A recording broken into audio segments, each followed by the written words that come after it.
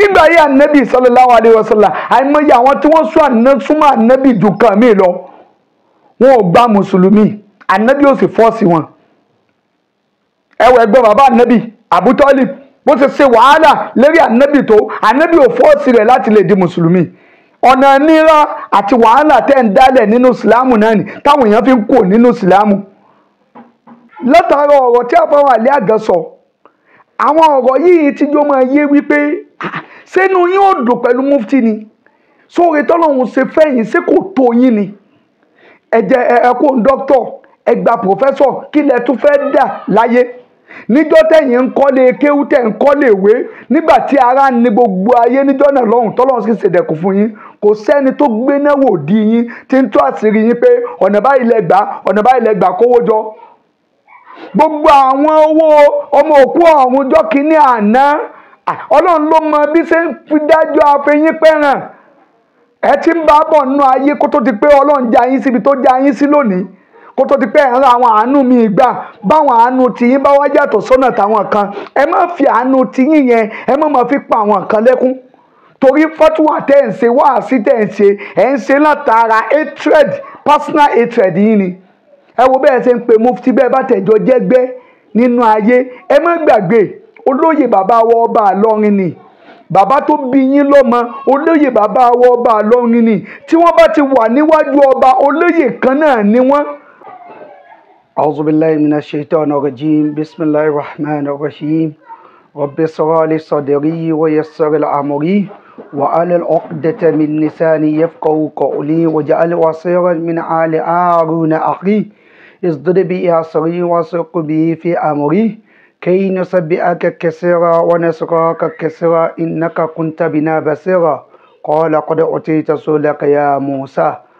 وصلى الله على سيدنا محمد وعلى آله وصحبه وسلم آمين. ìkẹ́ ọlọ́run ọlọ́run kó máa bá aláìlẹ̀ ohun ànábì wa Muhammad, àṣẹ́kùgbò orí ọlọ́run bá mo bá gbogbo àwọn ẹni ọlọ́run tí wọ́n ti lọ, àwọn sàhábà tó gbà fún ànábì, àwọn ìmáàmù mẹ́rẹ̀ẹ̀rin tí a gbà fún ọlọ́run bá kẹ́ ọlọ́run bá gẹ̀ wọ́n, gbogbo àwọn ẹni ọlọ́run tí ọlọ́run ní ata wọn jáde,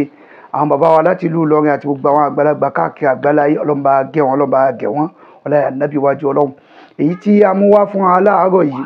kìí sọ̀rọ̀ tó pọ̀, brífù ni nípa ìtì lọ nínú ayé, tó sì já sí pé tíyẹn náà bá wà nínú ayé èèyàn ò gbọ́dọ̀ dákẹ́. kìí ṣe gbogbo ọ̀rọ̀ nìyẹn máa ń fèsì, kìí sì ṣe gbogbo èsì nìyẹn dá máa ń dákẹ́ sí. eléyìí jẹ́ kílíkì kan tí mo wò ní àárọ̀ yìí tó sì bà mí nú jẹ́, tí mo sì ń ké pe gbogbo àwa tá a jẹ́ mùsùlùmí, pàápàá jùlọ gbogbo àwa tá a jẹ́ Yorùbá, pàápàá jùlọ gbogbo àwa tá a wá láti ìlú Ìlọrin. ẹ dákun torí Ọlọ́run, ẹ̀yin tí ẹ ṣẹ́kù lónìí tí ẹ ń jẹ́ àrólé fún àwọn ti tàná, gbogbo ìjẹni Ọlọ́run yín báwọn tàná ṣe ń bá a bọ̀ pẹ̀lú títọ́lọ́run tànẹ́bì tí wọ́n fi Al-Kùránì máa tú gbogbo ohun tí bá ń ṣẹlẹ̀. àwa tò ní àbá bẹ́ẹ̀ máa o, ẹ̀tanú àti ìmọ́tóyàn làá fi ń bá àwọn èèyàn sọ̀rọ̀ Ọlọ́run.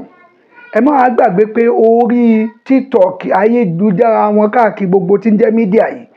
àwọn tí wọ́n jẹ́ followers tí wọ́n fẹ́ sin lọ́hùn pọ̀. ìmúra kankan yín pẹ̀lú mọ̀náfìkì àti kèéta ní mú àwọn èèyàn fi ẹ̀sìn lẹ̀. mo gbọ́ ọ̀rọ̀ kan, kò yẹ kí n dákọ̀ àfáàwà Professor Abubakar Aliagan, kò yẹ kí n dákọ̀ yín, àmọ́ lópin ìgbà tẹ́yìn náà ti dákọ̀ ẹni tẹ́ ẹ dojú ọ̀rọ̀ kọ, èmi náà dákọ̀ yìí. ẹ jáde bí tafsiri mọ́sálásí lẹ́lẹ́sẹ̀ ni o, bí kankan ni ẹgbẹ́ Al-Kùránì kalẹ̀ sí iwájú yín, gbogbo ọ̀rọ̀ tẹ́ wá sọ pátápátá kò séyìí kankan tó bá ìlànà Al-Kùránì kankan mu, ẹ fi takò yàn ni. mufti tẹ́ ń pè pé òun ló súnmọ́ Wàsíù Àyìndé, ẹ ti kọ́kọ́ sọ̀rọ̀ nípa pé àwọn tí wọ́n ń pè nípa tí àwọn tí wọ́n ṣèyàwó, àwọn tí wọ́n ṣe birthday, ẹ sì já bẹ̀rù Ọlọ́run, tẹ́ bá fẹ́ ṣe wáàsí, tẹ́ fẹ́ bá àwọn èèyàn sọ̀rọ̀, tẹ́ fẹ́ pè wọ́n sójú ọ̀nà bẹ̀lẹ̀ ikma lọ́lọ́run wí. kódà ń jọ́ tọ́lọ́run ó rán Ànábì Mùsá sí Fáráò náà, ó sọ fún ni pé kó ṣe pẹ̀lẹ́pẹ̀lẹ́ o, àwọn tó fẹ́ lọ dojúkọ yìí àwọn alágbára nú ayé ni, sọ́lọ́run ò lágbára láti lè sọ fún Mùsá ni pé dojúkọ wọn pẹ̀lú wàhálà àtìjà. kí ló wá dé jásí pé bí fìtínà kan bá lọ, fìtínà mi ò tún dé. ẹ wo ohun tí mo sọ láàrin ìjẹrin sí ìjẹta mo ní bọ́kàn bá ti lọ ẹ tún máa retí pómi ń bọ̀. Omi ìtún ni Professor Abubakar Ali Aga tún gbé jáde. Ó fẹ́ pe Wasiu Ayinde, ó fẹ́ pè wọ́n sí àkíyèsí pé wọ́n ní Wasiu Ayinde di kírísítẹ́nì àbí ń sọ wípé òun ní ìlàpá lójú ọ̀nà kan tó já sí wípé àwọn Celestial òun ò lè gbàgbé rẹ̀ láéláé. Ẹ sì kàfàrà rẹ̀. Ẹ̀yin mélòó lẹ wá gbéra nínú ẹ̀yin àfáà kẹtẹ wá dìde kẹ ṣe fàtúwá kẹ gbìyànjú lọ́tún lọ́sì kódà kẹ invite ẹ̀ sínú ẹ̀sìn. Ẹ wá nawọ́ mufti ìwọ ló súnmọ́ Wasiu Ayinde ìwọ ló mọ̀ níjọ́ ganusi abájọ tí fi ń wo gbogbo ẹ̀yin àfáà yòókù gẹ́gẹ́ bí ẹran. La ilaha illallah. Kí ló dé tẹ́ máa wádìí ohun gbogbo síwájú kẹ́ tó jáde? Ẹ gbọ́wọ́ tí àfáà wa Ali Aga sọ. Àkúrú àwọn tí wọ́n súnmọ́ àwọn tí wọ́n ń pè lélẹ́rẹ́ wọ́n ṣèyàwó wọn kó mọ́ wọ́n sì bá dé wọ́n ń pè nípe wípé olórin tẹ̀sìn ló ti jọra wọn. Eléyìí wá jáde play tẹ́lẹ̀tẹ́lẹ̀ àwọn dìfẹ́ǹdì rẹ̀ ní bàbá wa sọ fún wípé ìgbà tó ti apologize ó lè torí ẹ̀ kó inú ẹ̀sìn. Nígbà wọn wí yìí wẹ́n mufti orí wí ńgbà náà pé tó jọ́jọ́ pé wọ́n àmọ́ nísìn ẹ̀yẹ kí mufti ọ jáde àti gbogbo àwọn tí wọ́n bá súnmọ́ wọn pé Wasiu oníhùn ó ti di tèfè rí ó ti kú ọmọ ẹ̀sìn wa torí wípé èyí ń ṣe Islam. Mọ̀ bí ẹni tó mú ìrí Ọlọ́run fún ni mo kà á kún it an insult to the entire Muslims. Now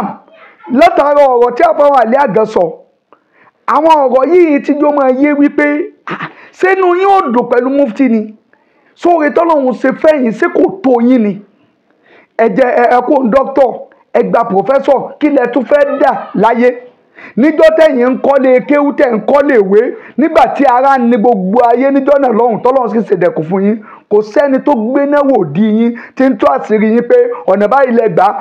lẹ gbà kówó jọ. Gbogbo àwọn owó ọmọ òkú ọ̀hún ọjọ́ kìíní àná Ọlọ́run ló mọ bí ṣe ń fi dájọ́ afẹ́yín pẹ́ràn. Ẹ ti ń bá bọ̀ nínú ayé kó tó di pé Ọlọ́run já yín síbi tó já yín sí lónìí kó tó di pé ẹ̀ ń ra àwọn àánú mi gbà báwọn àánú tiyín bá wá yàtọ̀ sọ́nà táwọn kan ẹ má fi àánú tiyín yẹn ẹ má fi pa àwọn kan lẹ́kún torí fọ́túwà tẹ́ ẹ̀ ń ṣe wáàsí tẹ́ ẹ̀ ń ṣe látara hatred personal hatred yín ni. Ẹ wo bẹ́ẹ̀ ṣe ń pe mufti bẹ́ẹ̀ bá tẹ̀jọ́ jẹ́gbẹ́ nínú ayé ẹ má gbàgbé olóyè bàbá wa ọba Ìlọrin ni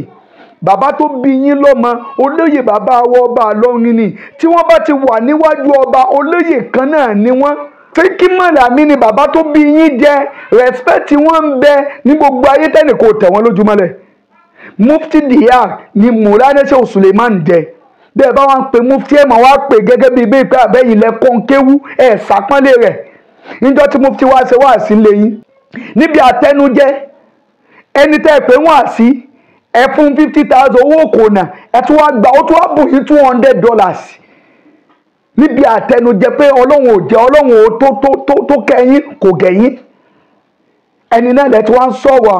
àdàpè ọ̀rọ̀ ẹ fi wọ́n ń sọ̀rọ̀ sí pé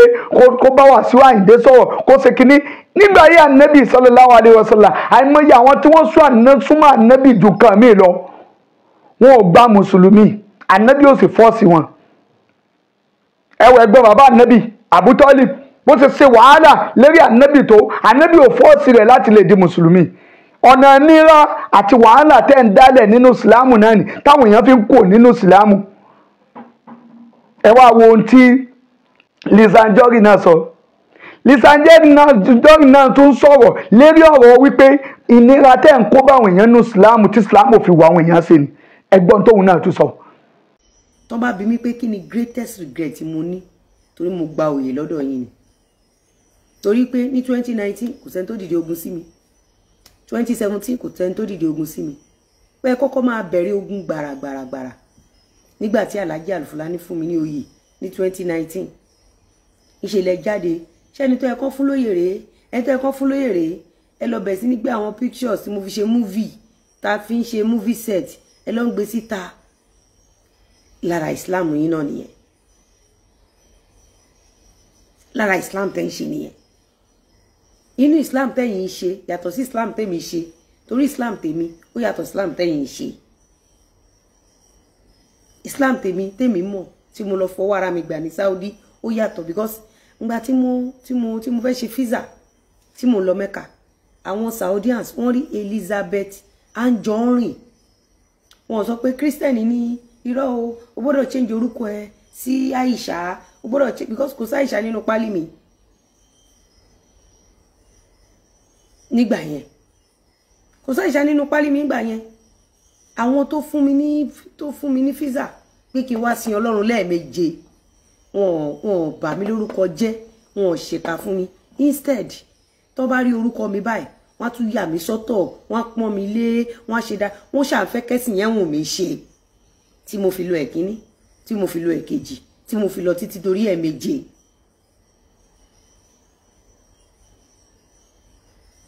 kí ni mo wá ṣe mo wá bẹ̀rẹ̀ sí ní gbé àwọn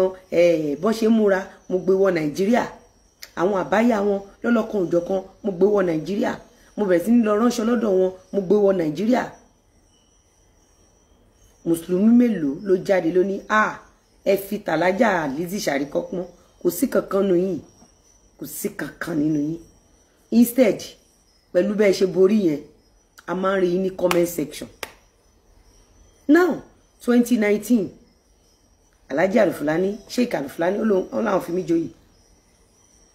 kò pẹ́ ọ̀rọ̀ lè bọ́ síta the same year lẹ́ máa bẹ̀rẹ̀ ó gbé cocaine. gbogbo ohun táwọn èèyàn máa ṣe tó máa fi máa wù ẹ̀sìn tẹ́sí ó fi máa wù wọ́n ẹ̀yin tẹ́ ẹ jẹ́ Yorùbá ẹ̀sìn ìnira lẹ̀ ń kó bá wọn níbẹ̀ làwọn èèyàn fi ń jáde kó òun ẹ̀sìn ni wọ́n fi ń lọ bí ẹ̀sìn míì bẹ́ẹ̀ bá dé Saudi ní rókọ kírísítẹ́nì kan lérí pásítọ̀tù kí Saudi wá lóun rí jẹ́ tiwọn tó pé jẹ́ kírísítẹ́nì wọ́n tún máa tọ́jú wọn ni wọ́n máa kẹ́ wọn wọ́n máa gẹ̀ wọn kí ẹ̀sìn náà fi wù wọ́n sí àmọ́ àwọn mùsùlùmí àwa Yorùbá ìnira tá a máa ń kó bá wa hatred personal hatred àti bí ń ṣe ń gbègbè sí ayé tí ń wù ú báwa náà ṣe fẹ́ tó Ọlọ́run ní sì ń kọ kádàrá mo ń sọ fún yín pé gbogbo wa ẹ jẹ́ á lọ bẹ̀rù Ọlọ́run látara kíni bọ́lọ́run ṣe ṣẹ̀dá ẹnìkan bẹ́ẹ̀ ni kó ló ṣe ṣẹ̀dá èmi bó bá fẹ́ fi ọlẹ́ ẹnìkan bẹ lọ́hùn ìwọ náà gbìyànjú nínú àdúrà nínú iṣẹ́ tó ń ṣe kó wá fún àdúrà lé pé kọ́nà kó ṣe tiẹ̀ náà kó jẹ́ kálùbákà rẹ̀ jù báyìí lọ kì í wá ṣe pé ká máa fẹnu ẹ̀ tẹ́ kí ẹ̀ wá jáde ká wá fẹ́ pe bàbá tó bí Dr. Abubakar Aliagan ṣé kí mọ̀lá mi kí ẹ̀ wá fẹ́ pè wọ́n kó wá fi ẹnu ẹ̀ tẹ́ tẹ̀yìn fi pè wọ́n kí ẹ̀ wá gbé ilé wọn lérí tó sì já sí pé olóyè bàbá wọ ọba Ìlọrin ni inú tí inú ò ní dùn ẹ̀ wá ń pe mufti dè yí pé bóyá àbẹ́gbẹ́ yín bẹ́ẹ̀ pẹ́ jọ wọn ṣàwáwù ọ̀rọ̀ yín àti mufti sọ́mọ jìnnà sílẹ̀ ni bẹ́ẹ̀ bá jẹ pòfẹ́sọ̀ lórí ìwé dé pòfẹ́sọ̀ nínú jẹni Ọlọ́run gbogbo wàhálà tẹ́ wọn ṣe yìí náà kò lè dùn wá ọ̀rọ̀ ogún ọdún sẹ́yìn ni Ọlọ́run bá akẹ́ṣẹ́ òṣàṣìlì wọn ní ẹ̀yin ọ̀dọ́ yìí nù ẹ̀sìn ẹ dákun ẹ bẹ̀rù Olúwa ẹ má má jẹ́ sílámù yóò rẹ̀yìn gíga ẹ̀sìn yìí látọwọ́ yìí ni ẹ gbọ́ bàbá wa ṣé òṣàṣìlì tó wá sọ wọ́n ní ẹjẹ́ orí yìí ó pé ẹ̀yin lọ́ọ́ ṣe làákà yìí ẹ̀yin ṣe bí àga nìgan ẹ̀yin tẹ́ ẹ sọ̀sọ́kúsọ fáwọn àfáà wa ṣé ọ̀rọ̀ ogún ọdún ọjọ́ kìíní àná náà tẹ́ ẹ gbé jùlẹ̀ ẹ tún ti gbé e padà báyìí àwọn èèyàn máa wá dá wákà yín káàkiri pé ẹjẹ́ orí yìí ó pé gbogbo ẹ̀yin tó já sí pé ẹ fẹ́ fọkànbalẹ̀ fún Ìlọrin fọkànbalẹ̀ fáwọn tí wọ́n jókòó Ìlọrin tí wọ́n ti ga fọkànbalẹ̀ fáwọn tí wọ́n ṣẹ̀ṣẹ̀ ń bọ̀ wá tó já sí pé àṣírí tiwọn àbíkẹ́ ti ní bò wọ́n dì ní. àwọn sọ pé ẹjẹ́ orí yìí ó pé ẹ lọ́ọ́ ṣe làákà yìí ẹ̀yẹ ṣe bí àga nìgan ẹ̀yin tẹ́ sọ̀sọ́kúsọ sáwọn àfáà wa díẹ̀ náà lébu lára ẹni tó bá mọ̀ díẹ̀ náà nìmọ̀ràn ẹni bá fẹ́ bá Wasiu Ayinde sọ̀rọ̀ kó bá a sọ dàrẹ́ẹ̀tì kó má fi wọn wọnú ara wọn àyè òǹkálùkù ọ̀tọ̀ọ̀tọ̀ ni bí Wasiu Ayinde bá fẹ́ ṣe sílámù ó wù ní bó sì lóun ò ṣe ìsìláàmù mọ́ ẹ̀ bẹ lọ́hùn fún ni ọlọ́mọ sàfi gbogbo àmọ̀nà jù báyìí lọ wassalamu alaikum wa rahmatullahi wa barakatuh.